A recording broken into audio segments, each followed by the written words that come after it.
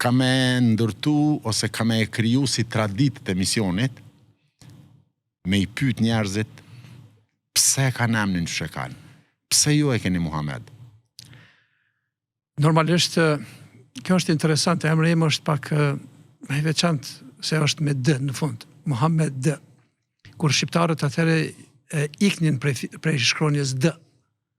Shqiptarët i kanë trashëgimin nga turqit, nga osmanët e kanë marrën që emri Muhammed mos të shkruhet Muhammed me D, se është pikërisht aja ka pasën i dërguar i Zotit Muhammed, këta tjerët mundet me deviju pak shkronjën T me ba, se ne jem njerëz edhe mos ta njollosim emrin e pejgamberit alayhis salatu wassalam, kanë ndrua shkronjën D në T, ose i kanë thonë jo Muhammed, po i kanë thonë Mehmet me T.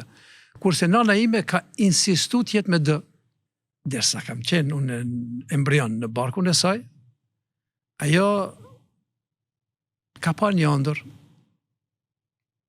Domethënë dikush elitat jashtë qenjes tonë, ndoshta njerëzore, nëpërmjet ëndrës i shfaqet nanës time që është djalë dhe emrin do ta ketë Muhammed. Tani kjo është e çuditshme pak, por në familjen tonë kjo dihet, edhe e din familja jonë këtë, se si kanë ngelen emri im, se kur ka ardhur koha e paralindjes në muajin e 9, janë mbledh pleqt e baba im e të tjerë kur fisi që kanë qenë aty, e kemi nusën shtatzan, edhe nëse është vajzë, do t'ja lëm emrin kështu, nëse është mashkull, do t'ja lëm kështu. Edhe në këtë moment ndërhyn nana, e thot jo, thot, e kam djalë dhe emrin e kam Muhammed. O, bot debat, po ku e diti se e ke djalë?